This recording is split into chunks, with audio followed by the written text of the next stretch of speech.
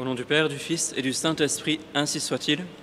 Monsieur l'abbé, chers fidèles, c'est aujourd'hui la solennité de la fête des Saint-Pierre et Saint-Paul qui a eu lieu le 29 juin dernier, mais qui est d'une importance telle que nous la solennisons, c'est-à-dire que nous la recélébrons le dimanche suivant pour marquer son importance. En effet, les saints apôtres Pierre et Paul sont les deux colonnes de l'Église.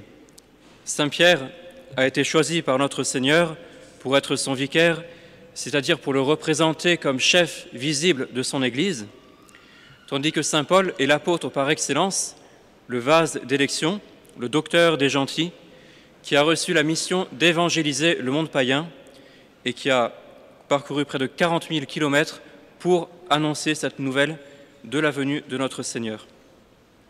Ils sont donc les deux colonnes de l'Église, les deux piliers sur lesquels elle s'appuie, et ils ont été à ce titre particulièrement aimés de notre Seigneur Jésus-Christ.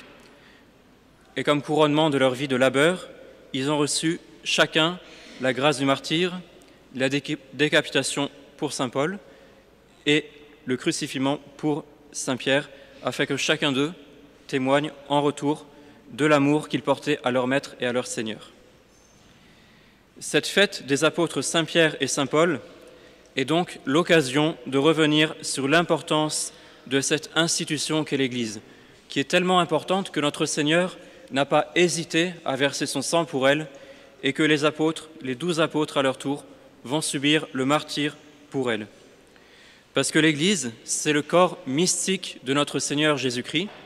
Comme disait Bossuet, c'est Jésus-Christ répandu et communiqué. Et même Saint Paul, lorsque notre Seigneur lui apparaîtra sur le chemin de Damas, se verra entendre dire « Je suis Jésus que tu persécutes », alors qu'il ne persécutait que les chrétiens.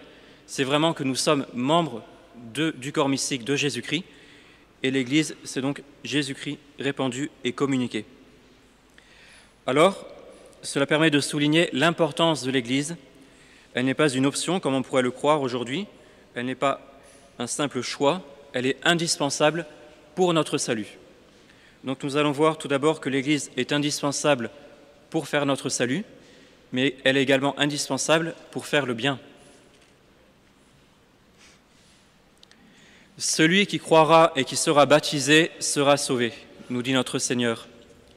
Il y a donc deux conditions pour faire son salut, croire et être baptisé. Alors croire déjà, ce n'est pas un sentiment que l'on éprouverait, comme on serait tenté de le croire aujourd'hui. Ce n'est pas un simple ressenti intérieur, c'est l'adhésion de notre intelligence aux vérités révélées. Dieu, en fait, s'est incarné, a pris le corps d'un homme et nous a enseigné tout ce qu'il fallait croire pour être sauvé. Et donc ces vérités que l'Église nous propose s'appellent des dogmes, nous les chantons dans le credo, et il faut y croire pour être sauvé. Donc cela suppose déjà de les connaître, et cela suppose également que plus nous connaissons les vérités révélées, et plus notre foi est ferme et solide.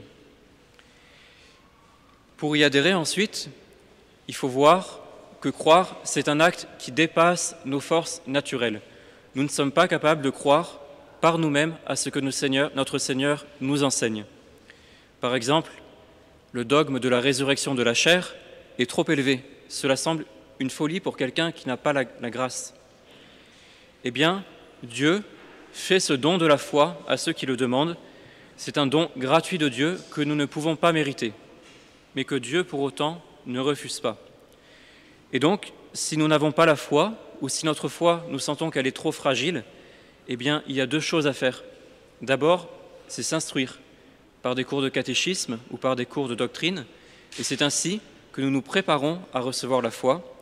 Et ensuite et surtout, c'est prier. C'est par la prière, nous demandons à Dieu qu'il nous fasse ce don de la foi ou qu'il l'augmente. La deuxième condition pour se sauver, c'est donc d'être baptisé. En fait, cela veut dire avoir la grâce du baptême, retrouver la grâce par la pénitence si on la perd par le péché mortel, et cette grâce s'augmente avec les sacrements et la prière. La foi nous prépare à recevoir la grâce.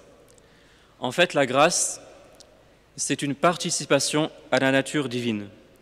C'est une vérité qui semble incroyable à notre monde actuel, qui est très matérialiste, qui ne propose que des simples plaisirs matériels, mais nous devenons vraiment, par la grâce des fils de Dieu, nous participons à la nature divine.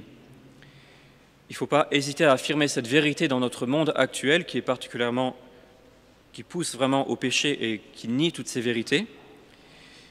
Et surtout, il faut utiliser avec modération des biens que ce monde nous propose, parce qu'ils nous font oublier cette réalité et cette fin qui est très supérieure à tout l'univers créé. Nous ne sommes faits pour être enfants de Dieu par sa grâce et pour l'aimer d'un amour surnaturel. Et donc par la grâce, par cette participation à la nature divine, Dieu est présent dans notre âme d'une manière très spéciale, qui fait que nous pouvons vraiment le dire, notre Père, Abba, Père. Et c'est pourquoi il n'y a que dans la religion catholique où on parle de Dieu comme notre Père, parce que seule la religion catholique, seule l'Église catholique véhicule la grâce, et donc dans elle seule, nous pouvons appeler Dieu vraiment notre Père. Ces deux choses, la foi et la grâce, font l'appartenance véritable et parfaite à la Sainte Église catholique.